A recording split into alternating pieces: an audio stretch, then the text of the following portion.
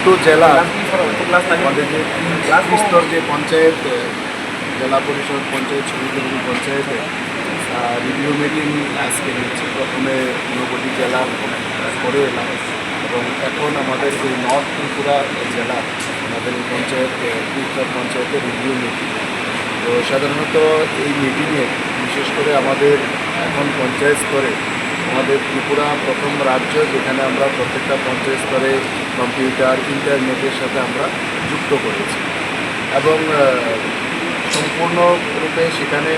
ট্রান্সপারেন্সির সাথে কাজ করার জন্য সেটাকে আরও অত্যাধুনিক আমরা টেকনোলজির সাথে যুক্ত করছি। কিছুদিন পূর্বে আমরা পঞ্চায়েত অ্যাডভান্সমেন্ট ইন্ডেক্সেও সারা ভারতবর্ষের মধ্যে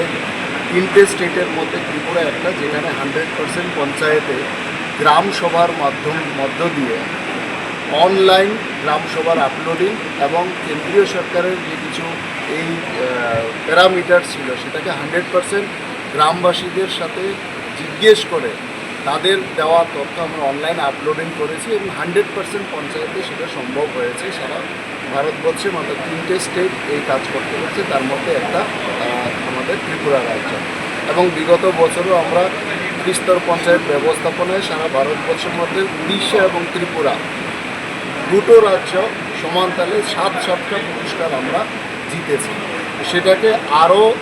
অগ্রগতি করার জন্য, আরও যাতে আমরা সুনামের সাথে সারা ভারতবর্ষের পঞ্চায়েত ব্যবস্থাকে আমরা নিয়ে যেতে পারি,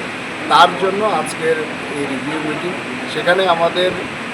পিডিএফ ফান্ড, পঞ্চদশ অর্থ কমিশনের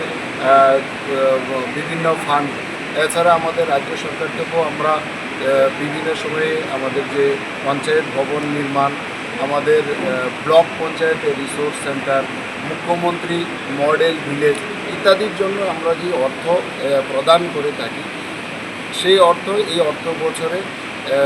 এখনও কতটা ব্যয় হয়েছে, কীভাবে ব্যয় হয়েছে, কতটা অব্যাহত আছে, সেটা কতদিনের মধ্যে আমরা ফুলফিল করব, তার জন্য একটা নির্দিষ্ট কাট অফ ডেট ঠিক করে আগামী দিনে আমাদের যে লক্ষ্যমাত্রা সেটা এই বৈঠকের মধ্যে বা এই রিভিউ মিটিংয়ের মধ্যে আমরা ঠিক করি। তো আজকের এই মিটিংয়ের মধ্যে আগামী 3 মাসে আমাদের লক্ষ্যমাত্রা আমরা ঠিক করব এবং 3 মাস পর আবার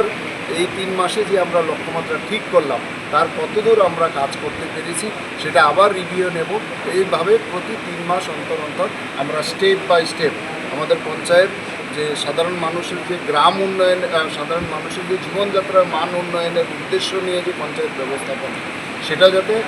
তার সুবিধা যাতে গ্রামের প্রত্যেকটা দরিদ্র অংশের মানুষ পায়, তার জন্য 3 মাস অন্তর অন্তর এই ধরনের রিভিউ মিটিং হবে, যেটা শুরুয়াত আজ থেকে হচ্ছে।